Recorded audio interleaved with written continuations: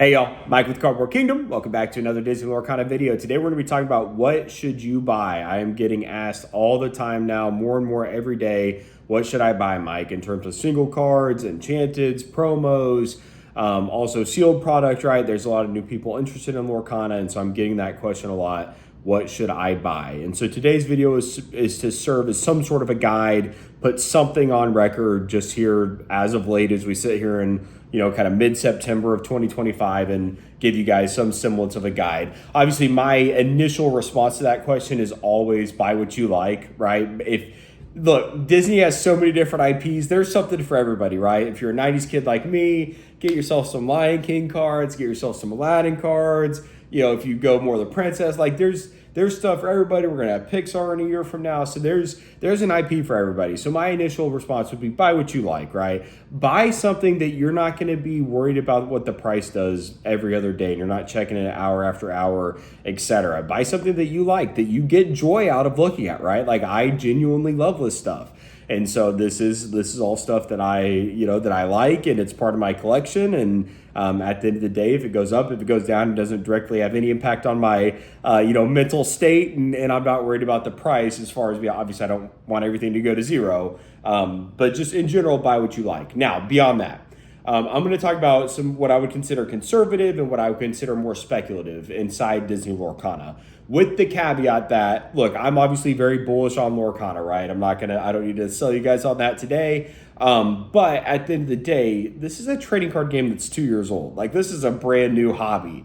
And so as much as anything in here is conservative, in my opinion, it's all incredibly high risk. So there's a lot that could go wrong with Lorcana. I obviously think that's a lot is going right. But just keep that in mind. When I say conservative, I'm putting like all the asterisks on it. Conservative within Lorcana definitely still means very, very high risk. So the first thing that I would say in terms of like conservative purchases or purchase that if you're just like, Mike, look, Lorcana's not for me, but I want to speculate a little bit here. I want to put some money into it, and I'm not just going to buy stuff that I like. I don't care that much. What should I buy?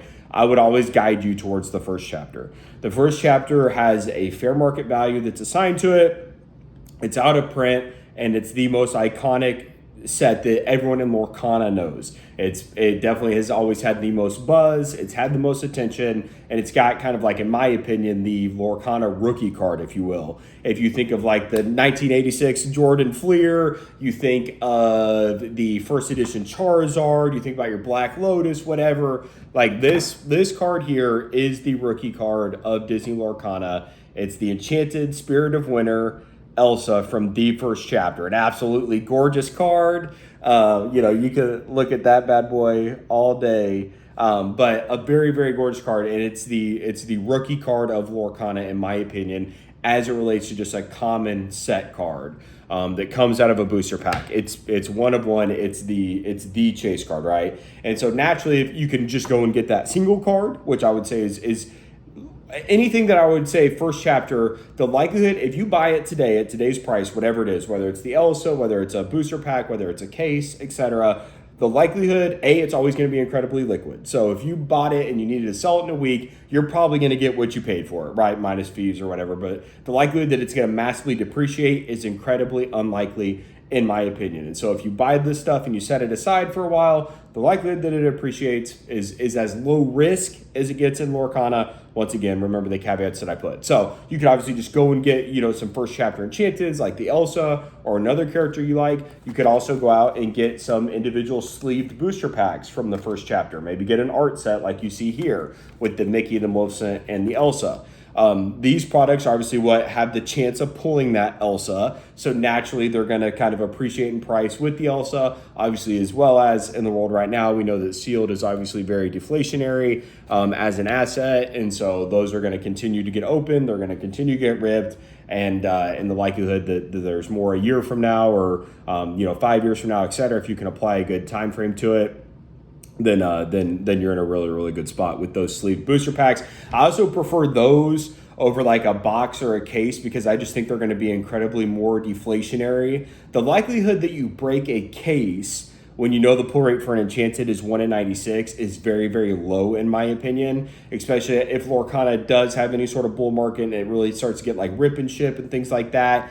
the likelihood that like people are just gonna be ripping cases time after time is lower in my opinion than like I would be much more likely as a buyer, knowing what I know, to speculate on ripping an individual sleeve booster pack than an entire case, right? Now that's not to say that a case of the first chapter is not a worthwhile investment, because I think that it is, and I think that it's incredibly conservative. I do think obviously it's deflationary, right? We're not going to see any more of them. We know that it's out of print. Ravensburger has told us that, and so I would consider anything sealed first chapter or first chapter enchanteds to be rather conservative. A couple caveats there are some first chapter enchanteds that got reprinted here in Fabled, and that would be like the Giant Tinkerbell enchanted, as well as the Carefree Surfer Stitch, I believe, and there might be one other, but check your reprints for Fabled. A couple of those enchanteds might be a little bit inflated in price because they are still playable in the game.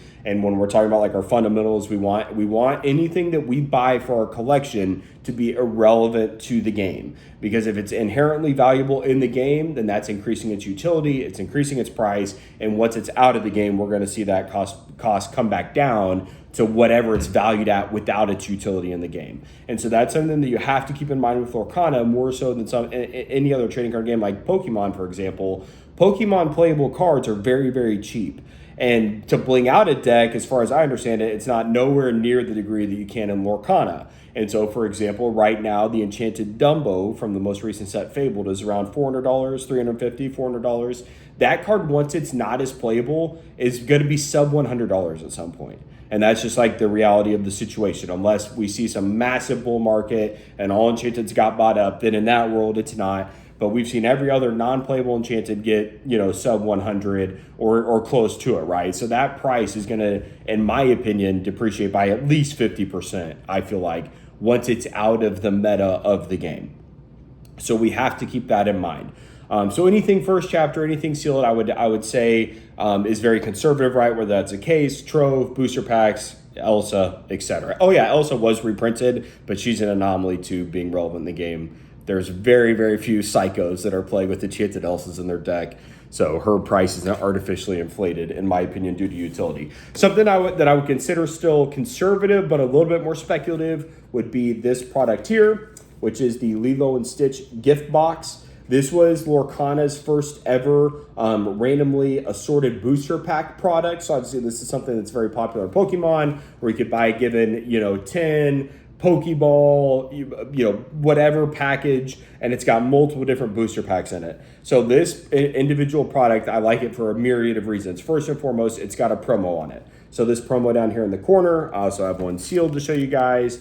This Lilo Escape Artist promo is the very first promo of its kind. It's one of the very first that we've seen have this foiling, and it comes inside this box. So I love the promo. This is something I would consider very speculative. They're very, very cheap. I have lots of them. I'm a massive fan of these promos.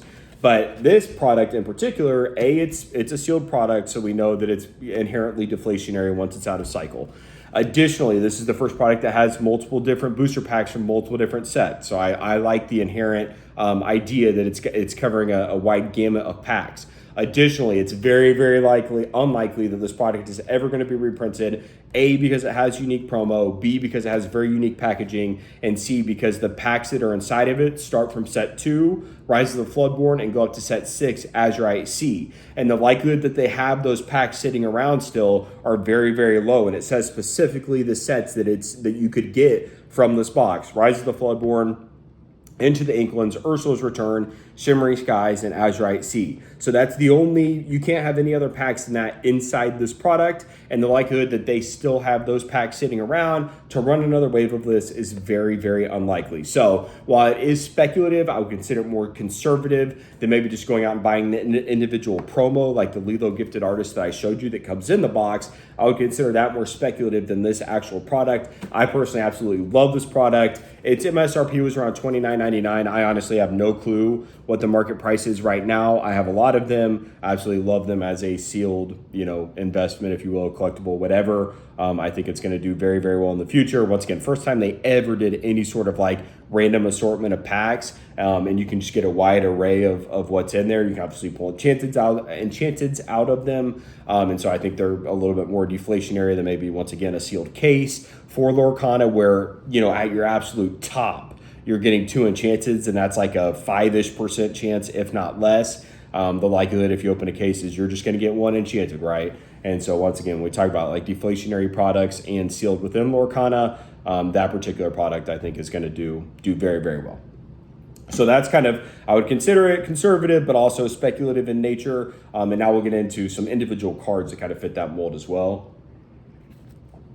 Some cards that I would say there's conservative aspects to them, but they're also, you know, there's a lot of speculation would be the 3 Musketeers.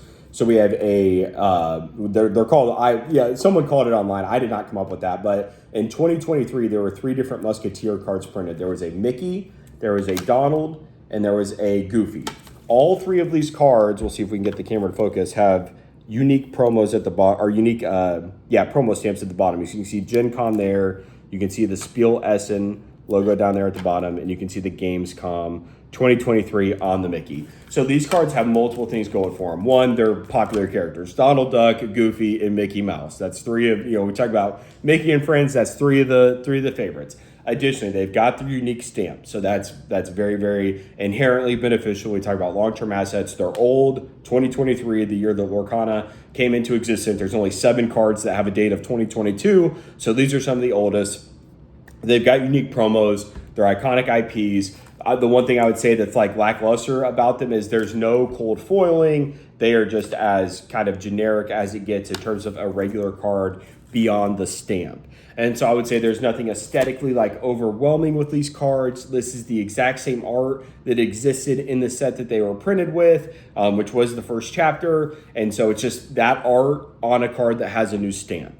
And so inherently there's nothing that's really calling people to it. It's a good card. It's old. It's got rarity. It's got all the things that we like. There's just nothing that's over the top in terms of like aesthetic that's going to draw people in. So I would say they're conservative in a sense, but at the same time, they're pretty speculative, just based on the art. Another card that I think is speculative, but has some conservative natures to it, would be obviously the Rockstar Stitch. I've talked about this card a ton. If you've seen any videos on my channel, you know how big of a fan of it I am. But this card it's got the unique promo. It is 2024 dated, so it's older, but not as old as the cards we just looked at. But it's the first ever trophy card awarded. It's the first ever enchanted card awarded, and it is it's just a true gem. It's very hard to grade. Obviously, when we add on conditional rarity on top of everything we're talking about, you get this card on a PSA 10. There's only 580 of them in existence. Now, once again, Pop Report only moves one way, and it's up, but that's a card that I would say it's very conservative in nature. First trophy card, tells a great story, but it's also very speculative in the sense that in order to be into like promos and things like that, you have to be a little bit more, deeper into the rabbit hole, I would say. And so the likelihood that someone knows about the Elsa, very, very high. Rookie card of Lorcana, face of the brand, etc. Something like this Stitch, you have to be a little bit more down the rabbit hole. So it's a little bit more niche, and so I would say there's inherently a little bit more speculation there. Another card that I would consider more of these cards like pretty speculative. This one would be a great example. So this is the Brave Little Tailor D23 promo from the 2024 collector's box. This card, I love this card. I think this is the best printing of the Brave Little Tailor that exists in Lorcana. It's the first time this artwork ever got the enchanted foil. Some good lore here is that this was the Brave Little Tailor Mickey Mouse art was on the initial 7 D23 2022 promos. One of those cards was the Brave Little Tailor Mickey Mouse. However, it's the only one of the 7 that did not have an enchanted foil. So very similar to the promos that we looked at here, like this Donald Duck Spiel Essen, this art exists in the first chapter, as it is. The Brave Little Tailor art that made it on the D23 2022 copy had no foiling. It's just the traditional art with the D23 stamp and the first edition stamp. Now, obviously, with the Elsa and the box set of 6, they all have the enchanted foils. There's that inherent aesthetic difference. They're the first cards with the enchanted foil as well. This was the first time that Brave Little Tailor ever got the enchanted foil. These cards are incredibly cheap. I think they're around $30 on the open market raw. PSA 10, I have no clue. But what I'd tell you is if you grade yourself, buy some of these raw and grade them. I think it's the best version of this particular artwork. It's the face of the brand. Once again, obviously Elsa, the chase of the first chapter. Brave Little Tailor is on all the marketing material. Definitely and it's Mickey, right? So, what more of the face of the brand do you need? The card's very cheap in my opinion. Comes out of a collector's box. It's readily available. So that's, one of the reasons, or was readily available. So that's one of the reasons why it's only a $30 card. But in terms of like face of the brand, iconic artwork, enchanted foil, love it, 10 out of 10, and it grades very, very easily. So if you do grade, buy a couple raw copies, grade them yourself. In all likelihood, you're going to get a 10. Some additional speculative cards I think make sense right now. So obviously with Fabled, we got Epics, which were a brand new rarity tier, right? So they're typically, it's about 1.5 per booster box is the pull rate on these. There's quite a few different, I think there's like 12 to 15 different epics that were released with Fabled, and a lot of them are dirt cheap. Any of the ones that have no utility in the game, which is only like 1 or 2, they're incredibly cheap. And so a very speculative play right now, I think, would be to go out and pick up some of these very, very rare epics, right? First of their kind, some of them better than others, but a lot of them, they've got unique foiling, they've got the D100 treatment, epic rarity stamp. Like, there's a lot going for them, and they're just being overlooked as an entire set, I would say, right now, because of things like the iconic Mickey, obviously the enchanteds, and there's a lot that people need from Fabled, a la Dumbo. But by and large, I think the epics would be a great speculative play right now. That, look, maybe they're never more expensive than the $5 to $10 they are now, but I think that they are very speculative in nature, and I think that it's it'd be a worthwhile risk. And then to just kind of bring it all together, I would say some more speculative cards would be like your buy a box promos. These are all like pretty much free. They're all cold foil. They all have a unique promo stamp at the bottom. So they've got a lot going for it, but at the same time, it's very speculative. They're very, very cheap. They're very readily available. Another speculative option that I think these I would consider less speculative are your set champs promos. So very similar to the Stitch, you'll have a promo indicator at the bottom. You also have the enchanted stamp that signifies that it was essentially awarded in like a competitive setting, or you can consider it a trophy card. I think all of those cards are undervalued across the board. Any set champs card I think is undervalued, some more than others, but by and large I like these as a speculative class of individual cards. Set champ cards, I mean, like, they're gorgeous. Like, the camera doesn't do it justice. They did a fantastic job with those cards. You could also get some older enchanteds, right? So some Rise of the Floodborn enchanteds. Someone like Liz Namari from Raya, not the most popular IP in the world, not the best card by any means, but it's like 30 or 40 bucks, right? And so when you talk about how rare enchanteds are, 1 in 96, and then to pull any individual enchanteds, you've got to multiply that by like 12 or 15, depending on how many enchanteds exist in that set. And when you think about price per pack and things like that, like enchanteds as an asset class across the board, or as a collectible, I would say are incredibly undervalued as just in general, by and large. Obviously, once again, we want to avoid ones that have been reprinted or avoid ones that are in current rotation. We want to go older, minter, scarcer, irrelevant to the game being the big piece there. But even some set enchanteds like that, I think, could be a really good play. Obviously, even something as new as the iconic Mickey. I would consider this very conservative in the long term, very speculative in the near term. Obviously, I traded for this one and got a very good deal from a friend John on it. But right now, the open market is valuing them at like $1,500. Now, you could speculate in the near term and say, all right, well, that's a fine price for me. I want to go out and get it. Obviously, I think, and I've been very vocal about that I do think the price is going to come down in the short term. But then once you put a long enough time frame on it, I absolutely love the card because it's the very first iconic. It's from an awesome set like Fable. It's got just iconic artwork, right? The very first one of the most popular characters in the entire brand, if not the most popular.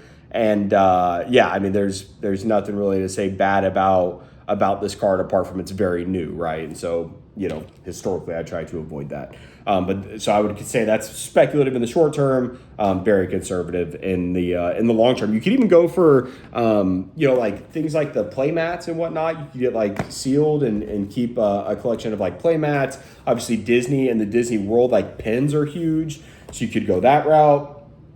There's all sorts of different things that you could collect and kind of speculate on. I lean more towards the cards. That's where I get my joy. But I try to pick up a play mat and whatnot when I can, just where it makes sense. I've gotten some in collection buys and things like that.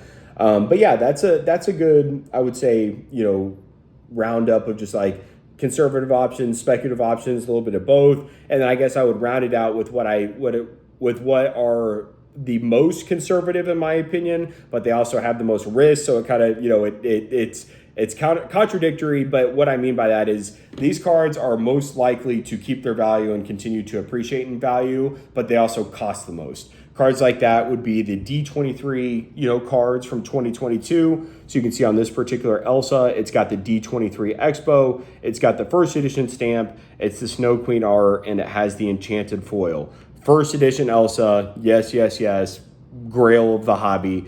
But this card also commands a premium, right? I don't know. I've looked at the price lately. It's probably, a $6,000 card, give or take. You'll have to look it up. I don't know. But that card, it's high risk in the fact that it's $6,000, right? As much as anything is high risk in the hobby. But with that being said, there's only 1,000 of them printed, and there's only 300-ish in gem mint condition.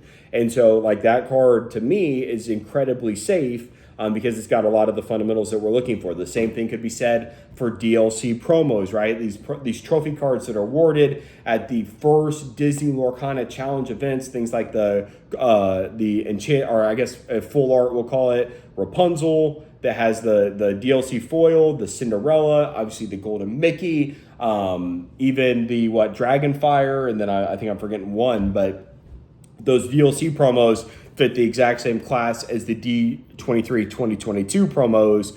Incredibly rare, much more rare than any other card that we've talked about today. They command a premium in price, but they are going to be the first to escalate in price as well. And so they're kind of like the most conservative in my opinion, but at the same time they're high risk in the sense that they have a high price tag. So that is my thoughts on what you should buy in Disney Lorcana. Some things to avoid, I would say, is just like right now, the current rotation is set 5 through set 9. So anything Shimmering Skies to Fabled is in current core constructed format of the game. That means those cards are used and needed for the actual playability of the game. And as a collector, I want to avoid those cards as much as possible because they are much more likely to see volatile swings in price because the meta is constantly changing. As soon as one deck is good and is running things, then the deck to beat it's going to come in and take it over, and then it just kind of continues from there. And so these things are always changing, and so I avoid the volatility of the current sets. And they also, once again, so someone asked me about Shimmering Skies as going to get sealed product. It's in current rotation, so I would avoid it. With that being said, it is the oldest set in the current rotation, and it's only around for about 9 more months, give or take.